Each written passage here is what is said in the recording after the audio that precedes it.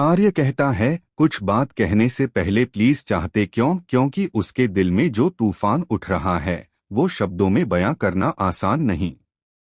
वो डर रहा है कि जो वक्त उसे इतने दिनों बाद मिला है कहीं वो उसके हाथों से रेत की तरह फिसल ना जाए।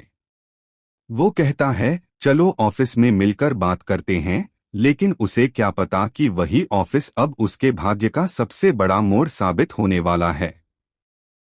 0:20 सीरियल में अब आने वाला है इतिहास का सबसे भयानक ट्विस्ट, जहां हर्ष जो कुछ देखता है उसके बाद उसके पैरों तले से जमीन खिसक जाती है। मानसी के कहने पर जब हर्ष उस बंद कमरे का ताला खोलता है तो अंदर से निकलती है एक ऐसी औरत जिसकी एक झलक ने ही पूरे माहौल को जमा दिया। सबकी आंखें फटी की फटी रह जाती हैं। वो औरत कौन है?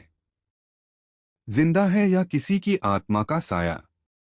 0:40 दूसरी तरफ पार्टी में मानसी ऑफिस की चाबी मांगती है। आर्य के चेहरे का रंग उड़ जाता है, लेकिन वो खुद को संभालते हुए कहता है, ठीक है, आज से हर्ष संभालेगा पूरा ऑफिस। उस एक लाइन ने मानसी के चेहरे पर मुस्कान ला दी, लेकिन आर्य का दिल टूट गया। वो मायूस होकर वहां से चला जाता है। एक आर्य की माँ जब उससे पूछती है, तू इस मानसी को कुछ कहता क्यों नहीं? इतनी बदतमीज है ये, तो आर्य बस चुपचाप कह देता है, माँ, उसका गुस्सा जायज है। शायद मेरी वजह से, लेकिन माँ की आंखों में चिंता है, क्योंकि उसे लगता है कि मानसी का गुस्सा नहीं बल्कि उसकी चालें किसी बड़े रहस्य का हिस्सा हैं। 1:25 तभी आर्य को कॉल आता है अनु की माँ का। अनु हॉस्पिटल से गायब हो गई है। आर्य के हाथ से फोन गिरते गिरते बजता है। वो झंडे को कॉल करता है, लेकिन झंडा कहता है, अनु तो मेरे पास है सर। आर्य घबराकर पूछता है, तो फिर वो बेहोश क्यों हुई थी? और अनु जवाब देती है, मैंने राजनंदिनी का साइन देखा था। उसे देखते ही सब अंधेरा हो गया।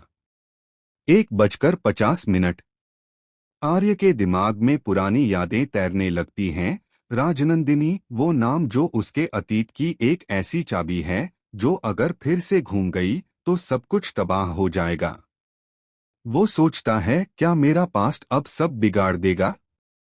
2 अगली सुबह जब आर्य ऑफिस पहुंचता है, गार्ड बताता है कि रात में एक लड़की आई थी जो अपना शॉल भूल गई। वो अनु थी, लेकिन मानसी ने उसे अंदर आने नहीं दिया था।